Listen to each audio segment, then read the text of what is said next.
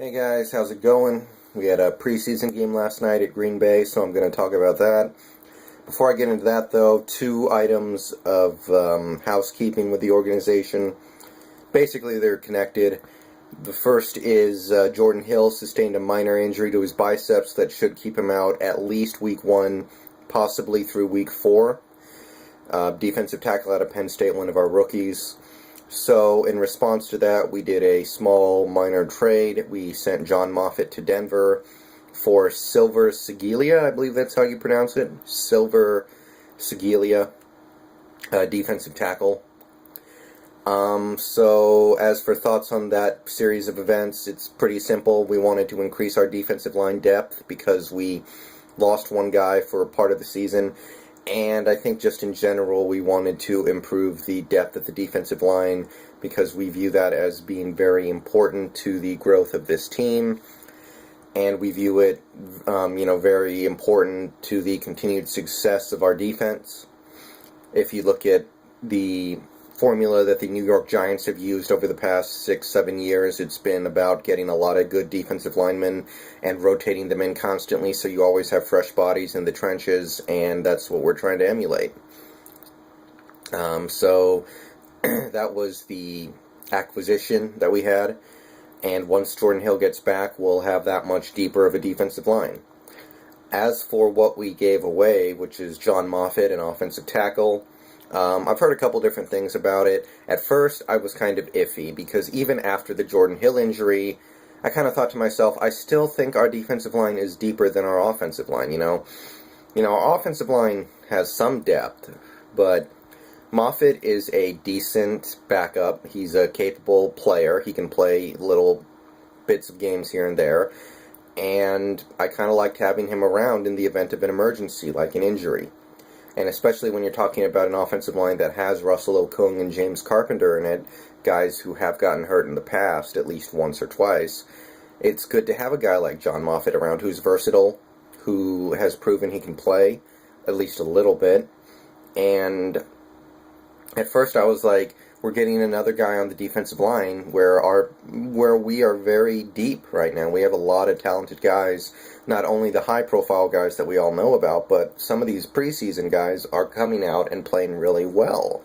So, at first I was kind of iffy about that, but looking into it, seems like there was some concerns with John Moffitt's level of maturity, his professionalism. There were some concerns with his attitude, and we decided we kind of didn't want him here anymore. I hadn't heard too much about that before this trade, to be perfectly honest, so, it could just be a after-the-fact kind of excuse to say we didn't want him anyway. I personally hadn't heard that much, but there could have been something going on there. Me personally, I had heard far more problems with Paul Giacomini, and I had seen problems with Paul Giacomini on the field. More so than John Moffitt in that regard. But, beyond that, John Moffitt, he's by no means a great player. He might not even be a very good one. He might just be a okay reserve, somebody who can be a backup, but he's no star. I just don't think he's terrible either. So, to get rid of him is basically cutting a little bit of salary, because I'm pretty sure Silver makes less money than John Moffitt. And beyond that, it seems like this organization wants to give the opportunity to other younger and much cheaper offensive linemen to step in and be what John Moffitt was. Just as an example, Alvin Bailey, I believe his name is a young offensive lineman on this team that we really like.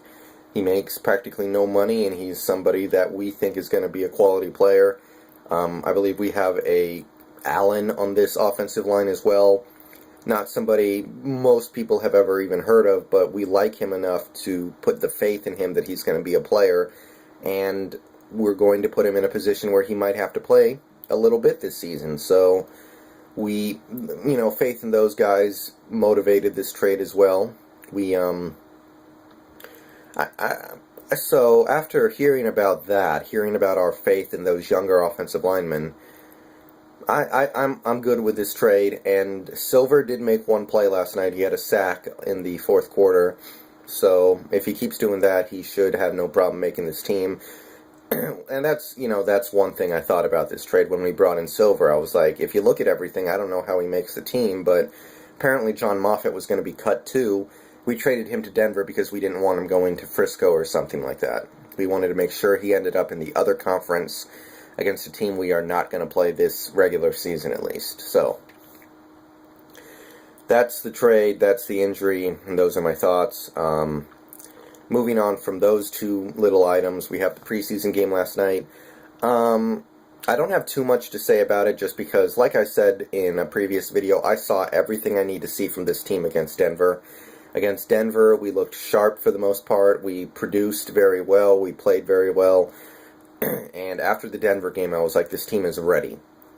That being said, the third preseason game can at least be a little bit of a key one. So you want to see good things out of the team regardless. And last night we saw some good things, but we also saw some bad things. So positives, starting off, Christine Michael, running back.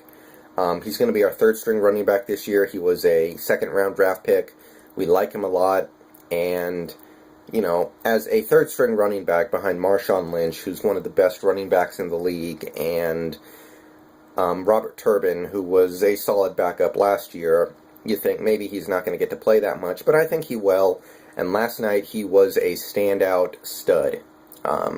He got the ball quite a bit, and he did a lot with his carries. He was reading the blocks. He was making his cuts. He was hitting the hole.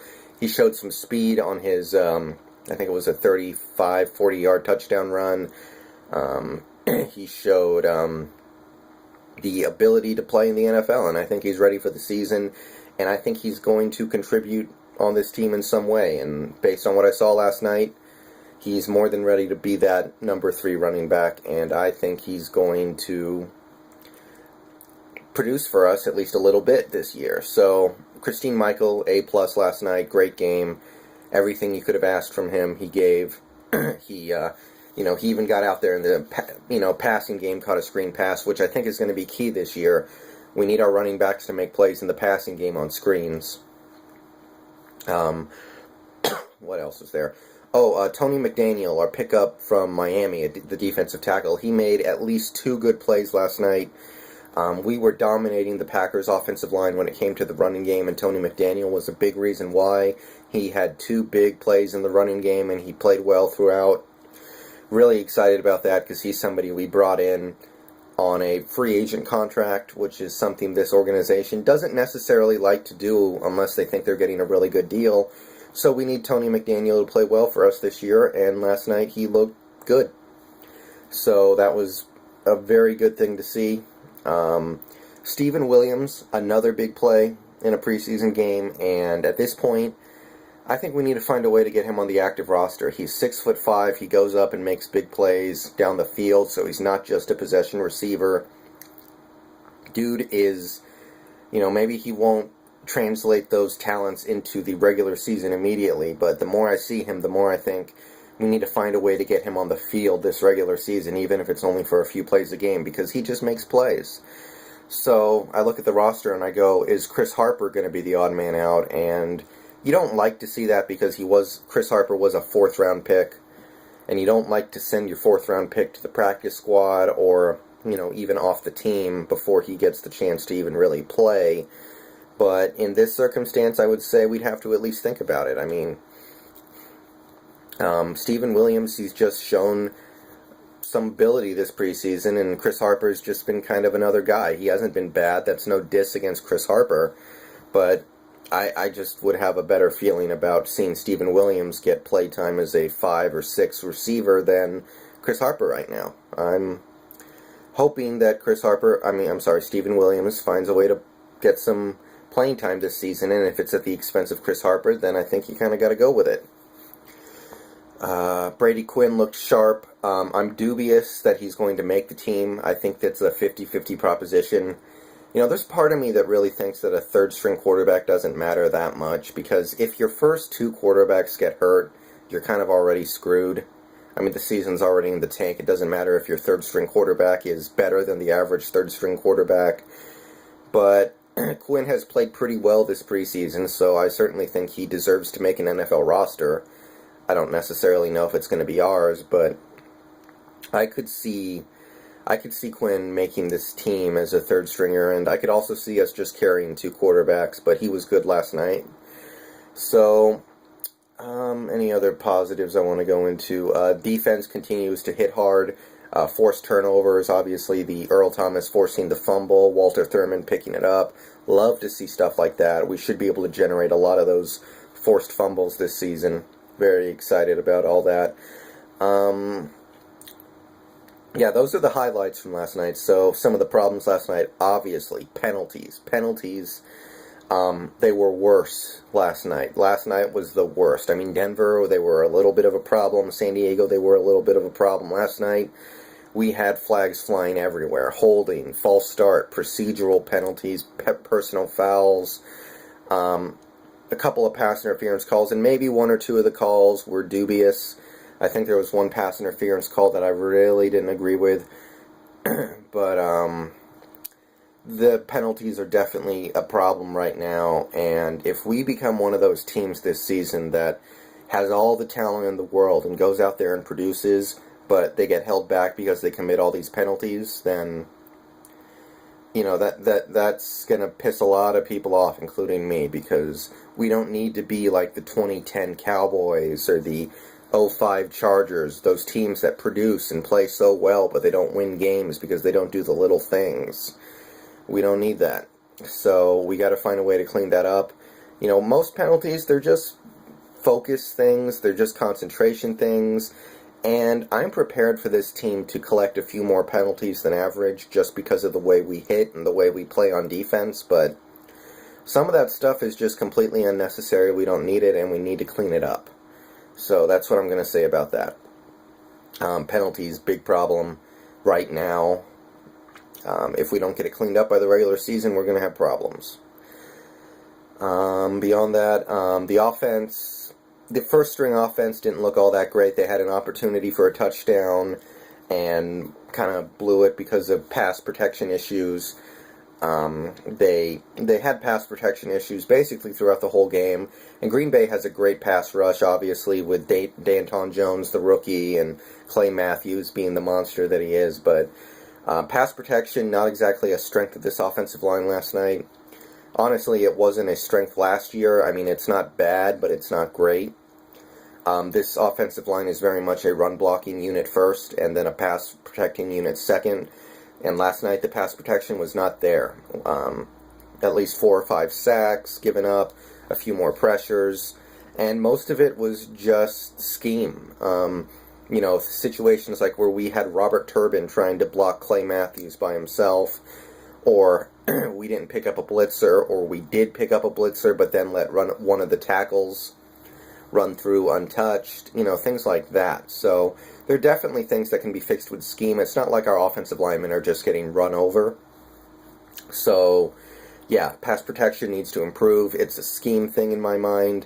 So we just need to find a way to clean that up. Obviously, we have a mobile quarterback, and he can scramble around and make people miss with the best of them, but we don't need him to get hit any more than he absolutely has to. So definitely got to take care of that.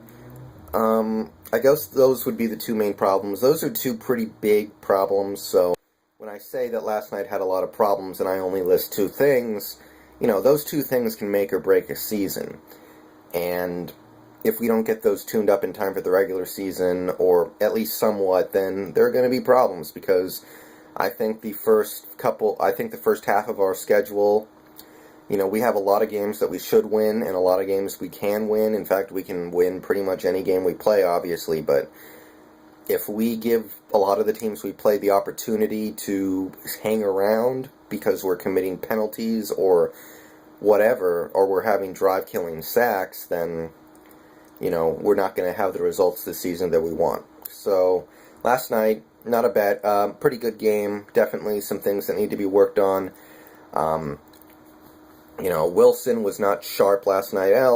Okay, I mean, he did throw the 2 interceptions. One was kind of a fluky thing, but it was not his sharpest night, but I'm not worried about that at all. So, he'll learn from it, and I'm not worried about anything like that. So, yeah, that's basically the story of last night. One preseason game left at Oakland, actually hosting Oakland, and then, get me to the regular season. Almost there.